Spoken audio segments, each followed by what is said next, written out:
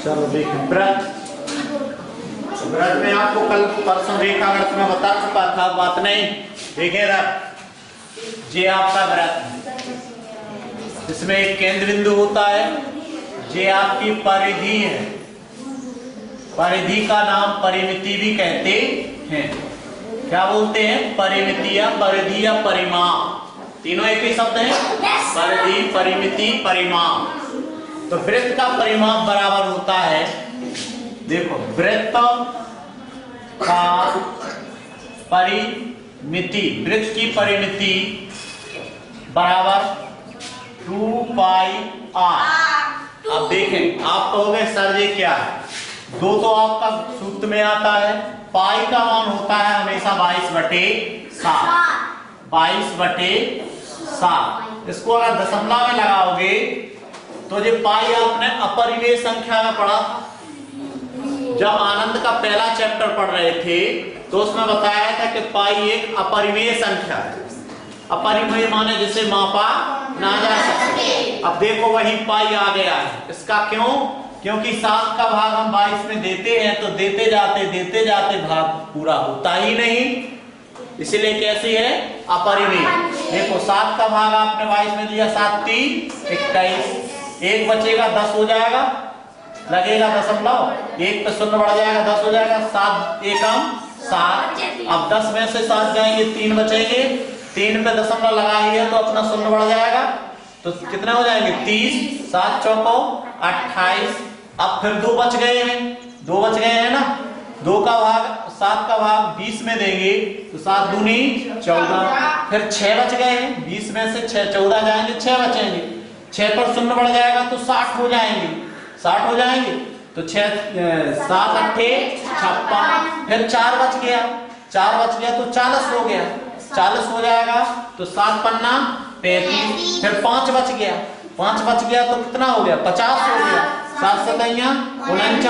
फिर 1 बच गया, 1 बच गया तो कितना आ गया? 10, तो 7 एकम 7। फिर आपके 3 बच गए तो 28, तो 7 चौका 28। फिर आपके 2 बच गए तो 7 दूनी 14। तो देखो फिर से वही की वही संख्या आने लगी है, आने लगी। तो इसका मतलब यह संख्या अपरिमेय है। ऐसे हम भाग देते देते समय खराब हो जाएगा, लूट जाएंगे, ठीक है। तो आपका इसका सही मान कितना मान लेते हैं? 3.14। पाई का मान कितना मान लेते हैं? 3.14। आर माने मैंने बताया था इसको रेडियस बोलते हैं। क्या बोलते हैं? रेडियस। रेडियस माने त्रिज्या। तो क्या हो जाएगा? 2 गुणे पाई गुणे त्रिज्या। ऐसे भी आप सूत्र बना सकते हैं, आर माने त्रिज्या है। अब यहाँ पर आर लिख दिया, यहाँ पर त्रा लिख सकते हैं, 3 लिख सकते हैं। 2 गुणे पाई गुणे 3 माने त्रिज्या। तो ये क्या है? वृत्त की परिधि का सूत्र, यानी वृत्त की गोलाई अगर निकालना है कि कितना लंबा धागा है यहां से यहां तक, चक्कर ही तो परिमाप है, तो पूरे चक्कर की लंबाई कितनी है? 2 पाई r। और जितनी इसकी रेडियस बढ़ती जाएगी उतनी इसकी परिधि बढ़ती जाएगी। जितनी इसकी छोटी रेडियस होती जाएगी उतनी उसका परिमाप घटता जाएगा। तो रेडियस बढ़ेगा यानी त्रिज्या बढ़ेगी, परिमाप बढ़ेगा। त्रिज्या घटेगी, परिमाप घटेगा। समझ में आएगा? तो ये है वृत्त की परिमिति का सूत्र। अब देखिए वृत्त का क्षेत्रफल। देखिए वृत्त का क्षेत्रफल, वृत्त का क्षेत्रफल बराबर होता है पाई r⁴। कहने का मतलब पाई तो आपको समझ में आ गया ना, अपरिमेय संख्या है जिसका मान 22/7 है, दशमलव में 3.14 है, और r यानी त्रिज्या, तो पाई गुणे त्रिज्या की घात 2 जे होता है। पाई गुणे त्रिज्या की घात 2। अगर आप इसका देखो जी 2 यहां से उठा के अगर यहां गुणा करो, क्षेत्रफल तो आपको समझ में आ गया। वृत्त का क्षेत्रफल बराबर पाई r⁴, यानी पाई गुणे त्रिज्या की घात 2। त्रिज्या का वर्ग निकालिए और पाई का गुणा कर दीजिए तो आपका वृत्त का क्षेत्रफल निकल आता है। दूसरी बात, थोड़ी में एक आपको और इसके त्रिज्या अगर दे दी उसने, तो 2 पाई आर लगेगा। और त्रिज्या अगर नहीं दी, व्यास दे दिया, तो व्यास देखो इस 2 का गुणा त्रिज्या में करो, तो 2 गुणे व्यास, त्रिज्या नहीं हो जाए, जिसको आगे क्या लिख सकते हैं, पाई गुणे 2 गुणे त्रिज्या। नहीं लिख सकते इसको, 2 यहां से लेके यहां ले गए तो गुणनफल तो उतना ही आएगा, तो पाई गुणे 2 गुणे त्रिज्या, ऐसा लिख दिया। अब 2 गुणे त्रिज्या की जगह पर आप व्यास भी लिख सकते हैं, तो क्या हो जाएगा, पाई गुणे व्यास। अगर व्यास दिया है और क्षेत्रफल निकालो, परिमाप निकालना है, वृत्त का परिमाप निकालना है, व्यास दिया है तो सिर्फ पाई का गुणा कीजिए, और त्रिज्या दी है तो 2 पाई का गुणा कीजिए, तो परिमिति निकल आती। नहीं आया समझ में? नहीं आया? हाँ। और वृत्त का क्षेत्रफल बराबर पाई आर की घात 2, यानी पाई गुणे त्रिज्या की घात 2।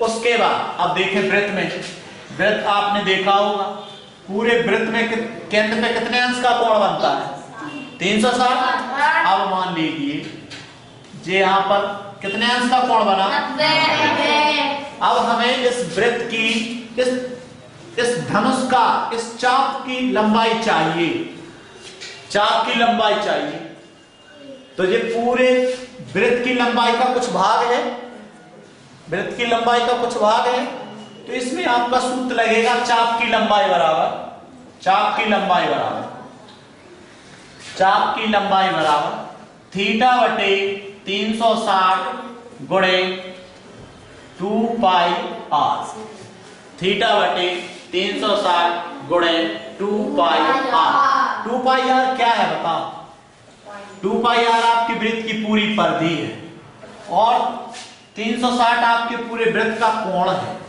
उसमें से थीटा है आपका जे कोण, यानी यहां पर आप 90 रख देंगे, 90 रख देंगे तो चौथाई हिस्सा कट के आ जाएगा, नहीं निकल के आ जाएगा, क्योंकि कोण का चौथाई हिस्सा है यहां पर, तो फिर परिधि का भी हमारा चौथा हिस्सा यहां पर निकल आएगा।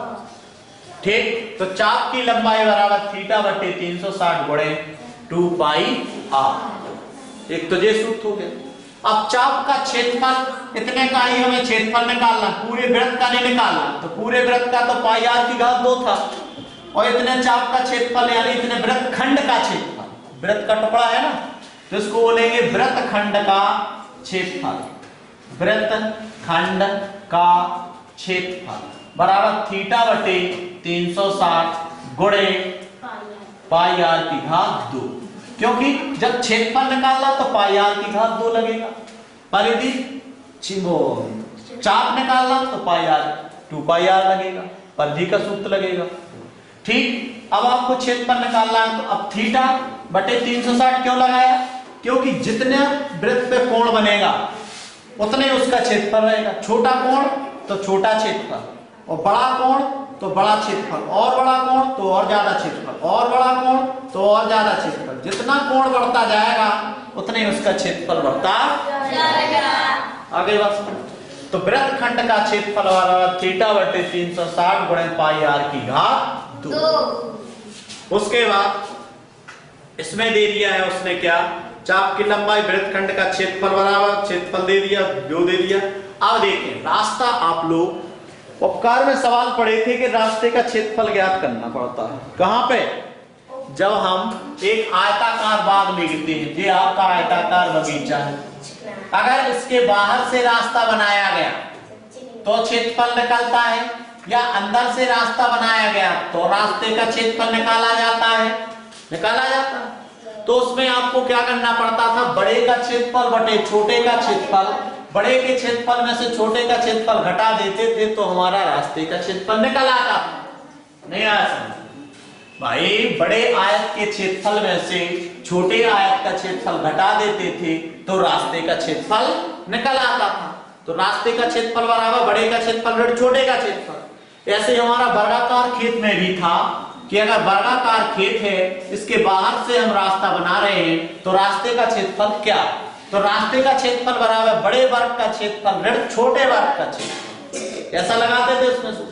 और इसमें अगर अंदर से रास्ता बना रहे तो भी हमें वही सूत्र लगाना पड़ता, लेकिन अगर हमारा अब हमें डायरेक्ट करना है, जल्दी करना है, जिसमें ज्यादा टाइम ना लगे। तो आयताकार मैदान के बाहर देखो, ये है आपका आयताकार मैदान, इससे आपका बाहर का जो रास्ते का हो गया क्षेत्रफल। तो बाहर कितना है इसका, कितने मीटर है ये, x मान लीजिए, x चौड़ा है क्षेत्र, रास्ते की चौड़ाई कितनी है, x है, रास्ते की चौड़ाई कितनी है, x है। तो फिर रास्ते का क्षेत्रफल बराबर, रास्ते का क्षेत्रफल बराबर 2x कोष्टक लंबाई धन, लंबाई गुणे चौड़ाई होना चाहिए, लंबाई धन चौड़ाई, लंबाई धन चौड़ाई धन 2x। ऐसा अगर हल कर देते हैं तो आपका रास्ते का क्षेत्रफल बहुत ही जल्दी प्राप्त हो जाता है। आपको क्या नहीं करना पड़ता, बड़े का क्षेत्रफल में से छोटे का क्षेत्रफल नहीं घटाना पड़ता। सीधे अगर आपको रास्ते का क्षेत्रफल निकालना है, वो भी बाहर वाला निकालना है, तो बाहर वाले में यहां धन रहेगा, और जब रास्ते के खेत के अंदर क्षेत्रफल बनाया गया है, रास्ता बनाया गया है, तो यहाँ ऋण आ जाएगा। तो क्या आ जाएगा, ऋण। बाहर के लिए धन, अंदर के लिए ऋण। और रास्ते का क्षेत्रफल अगर निकालना है आयताकार खेत के बाहर का, नहीं आया समझ में, एक आयत के बाहर अगर रास्ता बना रहे हैं, रास्ते का क्षेत्रफल अगर ज्ञात करना है, तो रास्ते का क्षेत्रफल बराबर 2x कोष्टक लंबाई धन चौड़ाई धन 2x, ये बाहर का क्षेत्रफल। और अंदर का क्षेत्रफल अगर मतलब अंदर वाले रास्ते का क्षेत्रफल, ये किस वाले क्षेत्रफल का था, बाहर वाले रास्ते का क्षेत्रफल, जे अंदर वाले रास्ते का क्षेत्रफल, अंदर वाले रास्ते का क्षेत्रफल बराबर 2x कोष्टक लंबाई धन चौड़ाई ऋण 2x। कहने का मतलब कि जब आपको यहां समझ में आ रहा है कि जब आपका रास्ते का क्षेत्रफल बाहर है तो यहां धन रहेगा, और जब रास्ते का क्षेत्रफल आपका अंदर की ओर बनाया जा रहा है तो यहां पर ऋण आ जाएगा। क्या आ जाएगा, ऋण। समझ में आया, नहीं आया, ठीक। इसमें आपको उपकार वाला जो तरीका है वो तरीका आपको नहीं लगाना, वो तो आप सीख चुके ना। जब जे तरीका भूल जाओ, एक्स वैक्स कुछ भी भूल जाओ, तो वो तरीका जिंदाबाद। लेकिन जे तरीका अगर आपको अब वो भी आता, जे भी आता, तो फिर जे और ज्यादा अच्छा, समय बचाने वाला, ठीक। तो जे तो था आयताकार खेत के बाहर का बाहर वाले रास्ते का क्षेत्रफल या अंदर वाले रास्ते का क्षेत्रफल। अब वर्गाकार खेत के अंदर आ जाइए, ये वर्गाकार खेत है, इस खेत के बाहर वाले रास्ते का क्षेत्रफल अगर ज्ञात करना है, समझ में आया, बाहर वाले रास्ते का क्षेत्रफल ज्ञात करना है, तो आपका क्या हो जाता है, 4x गुणे भुजा धन x होना चाहिए, भुजा धन x। देखो परिमाप है ना, चारों ओर क्षेत्रफल बन रहा है, तो x मीटर मान लीजिए चौड़ा रास्ता है, तो इसके बाहर वाले रास्ते का क्षेत्रफल निकालना है, बाहर के रास्ते का क्षेत्रफल, रास्ते का क्षेत्रफल बराबर 4x कोष्टक भुजा धन x। ये तो हो गया बाहर वाले रास्ते का क्षेत्रफल। अगर अंदर वाले का निकालेंगे, देखो अंदर के रास्ते का क्षेत्रफल बराबर 4 गुणे भुजा तो रहने, भुजा गुणे x कोष्टक भुजा ऋण x। अगर अंदर का है तो ऋण x। लेकिन ये सूत्र किसके लिए है, वर्गाकार खेत के चारों ओर बाहर के रास्ते का क्षेत्रफल या अंदर के रास्ते का क्षेत्रफल के लिए है। और ये सूत्र किसके लिए है, आपका आयताकार खेत के बाहर के वाले रास्ते का क्षेत्रफल या अंदर वाले रास्ते के क्षेत्रफल। ये सूत्र समझ में आया, ये वर्गाकार के लिए। उसके बाद इसमें और कुछ नहीं है, अब सीधे आ जाइए प्रश्नावली, पकड़ में आ जाइए। अब आपको डायरेक्ट लगाना है, वो विधि तो मैंने बताई थी आपको उपकार में कि अगर रास्ते का क्षेत्रफल निकालना है तो बाहर का क्षेत्रफल, बड़े का क्षेत्रफल ऋण छोटे का क्षेत्रफल, लंबाई घटती थी, लंबाई बाहर अगर रास्ता बनेगा तो लंबाई में जुड़ेगा कि घटेगा, बताओ। बाहर रास्ता बनेगा, हाँ, तो लंबाई में बड़े जुड़ेगा कि घटेगा, और दुगना कितना जुड़ेगा रास्ते का चौड़ाई के नहीं? अगर 1 मीटर रास्ता चौड़ा है तो लंबाई में 2 जुड़ जाएगा, नहीं जुड़ जाएगा, और चौड़ाई में भी 2 जुड़ जाएगा। अगर अंदर रास्ता बनाया गया है तो लंबाई में जुड़ेगा कि घटेगा? दोगुना घटेगा। अगर 2 मीटर का रास्ता अंदर बनाया जा रहा है तो 4 मीटर लंबाई में घटेगा और 4 मीटर पकड़ में आ गया।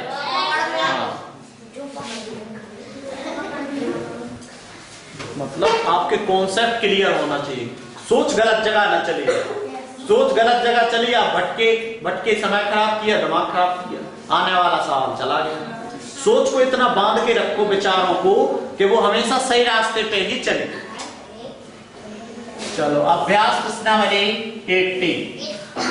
इसमें कह रहा है क्वेश्चन नंबर 1, ध्यान से सुनना, फ्रेश दिमाग। एक कमरा 16 मीटर लंबा, 10 मीटर चौड़ा, इसके फर्श पर 2 वर्ग मीटर के कितने पत्थर या टुकड़े बिछाए जा सकते हैं? तो टुकड़ों की संख्या बराबर बड़े का क्षेत्रफल बटे छोटे का क्षेत्रफल। ठीक है, ये आपको बताया था टुकड़ों की संख्या बराबर बड़े का क्षेत्रफल, जिसमें बिछाना है बड़े का क्षेत्रफल बटे छोटे का क्षेत्रफल, यानी टुकड़े बिछाना तो टुकड़े का क्षेत्रफल क्या हो जाएगा? चलो टुकड़े का क्षेत्रफल, टुकड़े का क्षेत्रफल। अब बड़े का क्षेत्रफल क्या है आपका? 16 लंबाई गुणे चौड़ाई। चलो और आगे बनाना चाहते तो बड़े का क्षेत्रफल लंबाई गुणे चौड़ाई।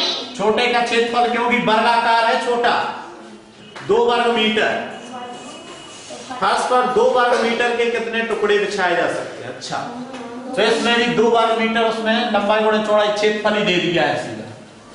छोटे टुकड़े का क्षेत्रफल ही दे दिया 2 वर्ग मीटर, नहीं दे दिया? तो बड़े का क्षेत्रफल आपका क्या हो जाएगा? यहाँ पर देखें 16 गुणे 10 नहीं हो जाएगा, और 2 वर्ग मीटर उसने क्षेत्रफल ही दे दिया है तो बटे 2। आगे बात समझ, अगर वो कहता कि 2 मीटर लंबे वर्गाकार टुकड़े बिछाना है तो फिर उसका क्षेत्रफल पता 2 गुणे 2 हो जाता। 2 मीटर लंबा है ना, तो 2 मीटर लंबाई का 2 मीटर चौड़ाई का, इसलिए 2 गुणे 2 हो जाता। अब उसने 2 वर्ग मीटर क्षेत्रफल ही दे दिया है, इसलिए बड़े का क्षेत्रफल बटे छोटे का क्षेत्रफल।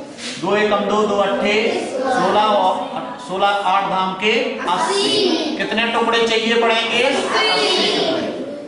समझ में आ गया? नहीं आया? टुकड़ों की संख्या बराबर बड़े का क्षेत्रफल बटे टुकड़े का क्षेत्रफल। तो लंबाई बड़े चौड़ाई बड़े का क्षेत्रफल, छोटे का क्षेत्रफल उसमें 2 वर्ग मीटर दिया है, उसमें आप लोगों को नहीं पता चल रहा, चल जाएगा?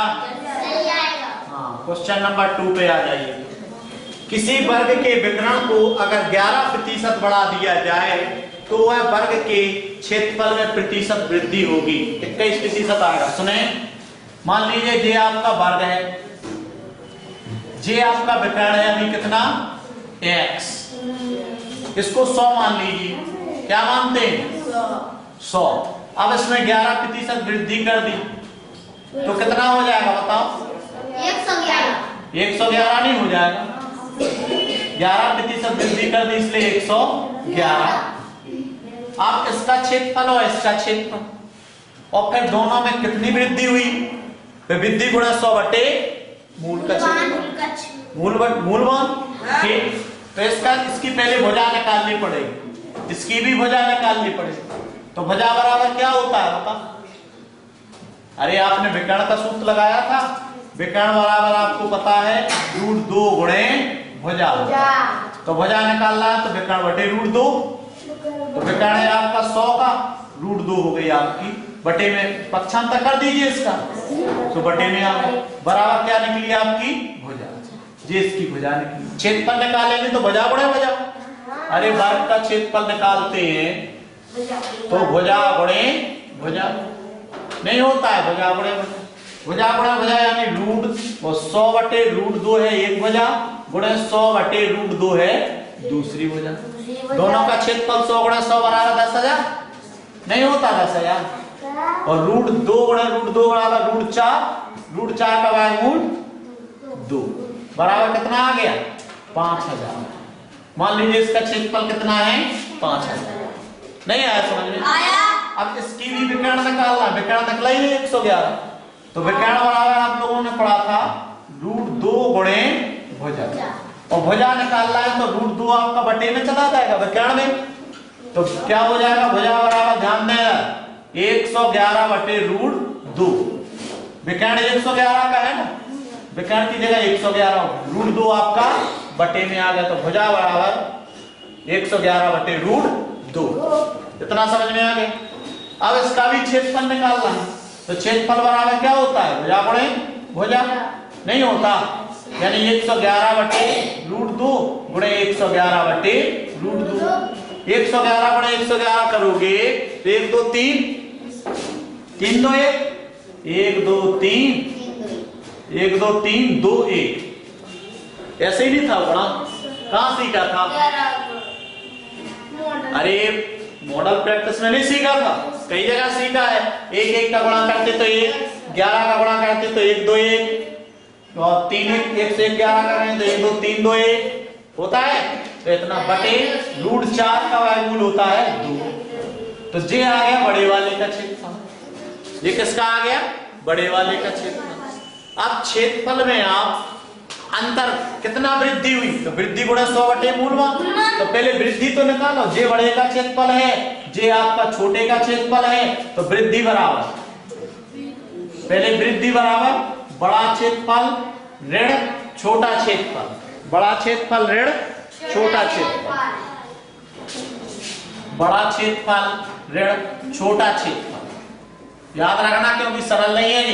तो बड़ा कितना है आपका, इसका 2 का भाग दे दो इसमें, 2 एकम 2 2 छक्के 12 और 2 एकम 2 2 छक्के 12, कितना बचेगा? 1 बचेगा ना, 2 पंचे 10 और फिर 1 दशमलव लग के 2 पंचे 10। ऋण इसमें कितना है 5000। अब 6 इतने में से घटा दीजिए तो कितना बचेगा 1165.5। नहीं आया समझ में? अरे 5 में से यहाँ दशमलव शून्य गया, कुछ नहीं, 5 में से 5 गया 5 शून्य, और 6 में से शून्य गया 6, 1 में से शून्य गया 1, और 6 में से 5 गया 1। इतना वृद्धि हुई है। अब वृद्धि गुणे 100 बटे मूलमान आपका 5000 है, नहीं था पहले वाले का 5। 2 शून्य से 2 शून्य कट जाएंगे, 5 से काटेंगे 5 एकम 5, 5 दूनी 10, 1 बचेगा तो 5 3 15, कितना बचा 1, 5 3 15, कितना बचेगा 1 नहीं बचा, 5 एकम 5। समझ में आया इतना? उसके बाद अभी हमारा यहाँ पर 5 से काटा था तो 10 नहीं आया था, यहाँ 1 अंक बाद दशमलव तो है ही है, और 1 शून्य और नीचे वाली संख्या है, 2 अंक बाद आ जाएगा दशमलव, नहीं आ जाएगा। तो 23.31% की वृद्धि हुई है। हाँ तो 3 एक हटा देंगे, उसमें कुछ नहीं है, लेकिन सही है आपका 23.21, सही तो है। 3 एक कहां से आ रहा, 2 तो आ रहा है, यहाँ पर 2 ही आ रहा था, अपन ने गलत कर लिया। 6.5 होगा। हाँ, यहाँ पर 1 आना था, कुल मिला के यहाँ 1 है, 2 ही आ रहा है यहाँ। समझ में आया कि नहीं? फिर से देख लो, काटने में गलती हुई, 2 का भाग दिया 2 छक्के 12, 2 एकम 2 बचेगा 100 हो जाएगा, 12 2 छक्के 12, फिर बचेगा नहीं बचा सो भाग। अच्छा पहले भागनाष्टक बिंदी और फिर आ जाएगा इतना। अब इसमें भागनाष्टक बिंदी करेंगे, घटाएंगे तो यहाँ भी शून्य आ जाएगा, नहीं आ जाएगा। अब इसको काटा पीटी मचाएंगे तो 2 शून्य से 2 शून्य कट गया, 5 से काटा 10 आ गया, 5 से काटोगे 5 दूनी 10, 1 बचेगा 5 3 15, और फिर इसमें 1 बचेगा 5 दूनी 10, नहीं आया 5 दूनी 10, 5 एकम 5। अब इसमें क्या है आपका कि 10 है नीचे, वो 1 अंक बाद दशमलव, सो टोटल 2 अंक बाद दशमलव आ जाएगा। 1 अंक बाद तो वहां पर है ही दशमलव, 1 शून्य वाली संख्या नीचे है तो दशमलव हमारा बाईं साइड 1 अंक और बढ़ जाएगा। फिफ्टी, समझ में आया? 23.21% की वृद्धि हुई है। सवाल समझ में आया? नहीं आया? नहीं आया? देखो उसमें इतना सरल नहीं है वो सवाल। चलो दूसरा होगा तो उसमें आ जाएगा, ठीक? टेंशन मत लो, लेकिन दिमाग बराबर लगा। क्वेश्चन नंबर 3, एक वृत्त की त्रिज्या 38.9 मीटर है। देखो ध्यान रखें, ये है आपका वृत्त, इसकी त्रिज्या कितनी है? 38.9 मीटर। अगर त्रिज्या को 25% बढ़ा दिया जाए, 25% वृद्धि कर रहे हैं, तो फिर त्रिज्या बढ़ दी जाएगी। 25% मान लीजिए वृद्धि कर दी जाए, तो नई परिधि और पहले परिधि का अनुपात क्या होगा? तो इस परिधि में, इस त्रिज्या में मारो गोली।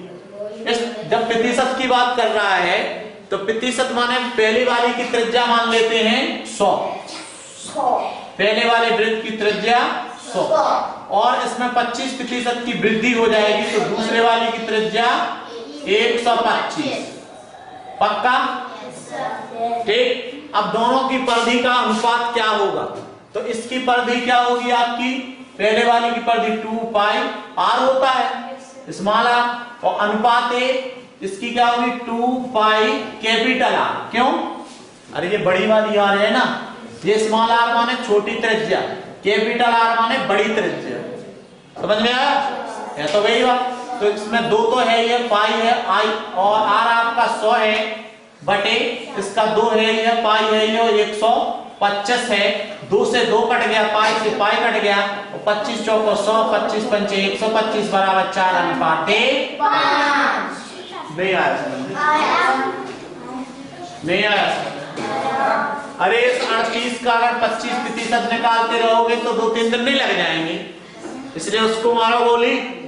उसने 25% की बात कही ना, तो मानते हैं कि पहली त्रिज्या है 100 और 25% वृद्धि हो गई तो दूसरी हो गई 125। अब कह रहा है कि दोनों का अनुपात ज्ञात कीजिए, पुरानी और नई का।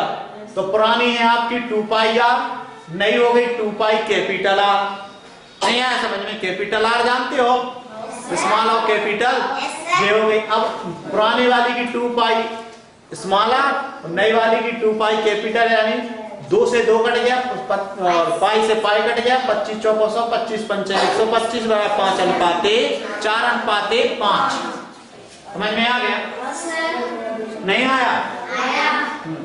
अब क्वेश्चन नंबर देखिए 4, एक वृत्त की त्रिज्या 37.5 मीटर है।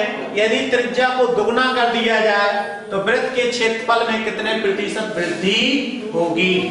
मान लीजिए, देखो मान लीजिए ये है आपकी त्रिज्या।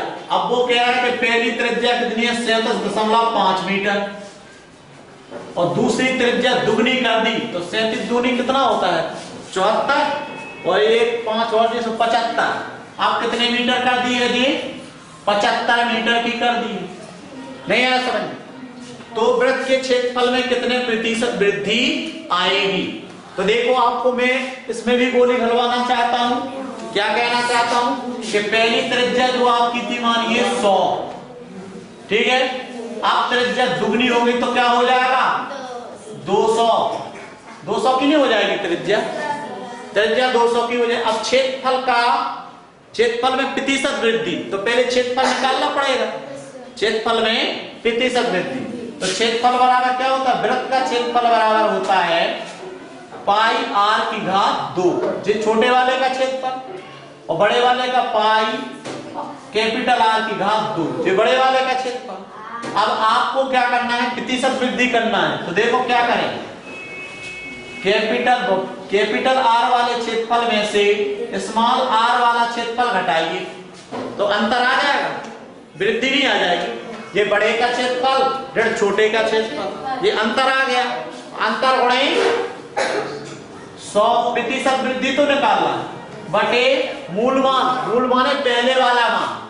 पहले वाला आपका क्या था? पाई स्मॉल r की घात 2, पहले वाला यही था। तो सूत्र से निपट लेते हैं, फिर हम वहां पर कर देंगे, ठीक।